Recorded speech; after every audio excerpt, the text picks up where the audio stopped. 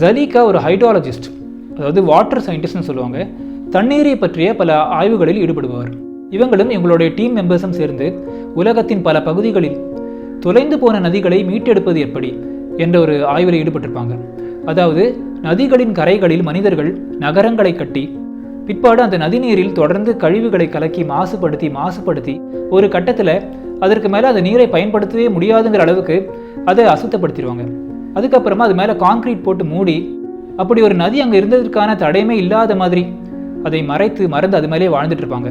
இப்படி மேலோட்டமாக இந்த நதிகள் மறக்கப்பட்டாலும் பிறருடைய கண்களுக்கு படாமல் அந்த கான்கிரீட்டுக்கு கீழே இப்படி பல நதிகள் மௌனமாக ஓடிக்கிட்டு தான் இருக்குது.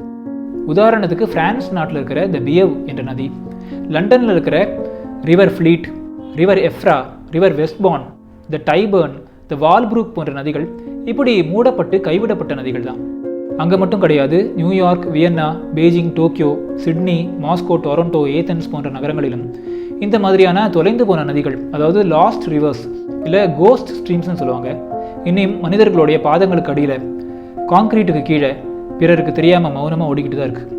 தென்கொரியாவில் இருக்கிற சோல் நகரத்தில் சில விஞ்ஞானிகள் டே லைட்டிங் என்ற ப்ராசஸ் மூலமாக இப்படி மூடப்பட்ட ஒரு நதியை திறந்த வெளிக்கு கொண்டு வந்திருக்காங்க. இதை பற்றியெல்லாம் படிக்கும்போது ஒரு பக்கம் ரொம்ப ஆச்சரியமாக இருந்தாலும் இன்னொரு பக்கம் மனிதர்களாகிய நாம் நம்முடைய சுயநலத்தின் காரணமாக இந்த நதிகளை எவ்வளவு தவறான முறையில் பயன்படுத்தியிருக்கோம் அப்படிங்கிறது உணரும்போது ஒரு அவமான உணர்வும், குற்ற உணர்வும், கவலையும், அதிர்ச்சியும் நமக்கு ஏற்படுது.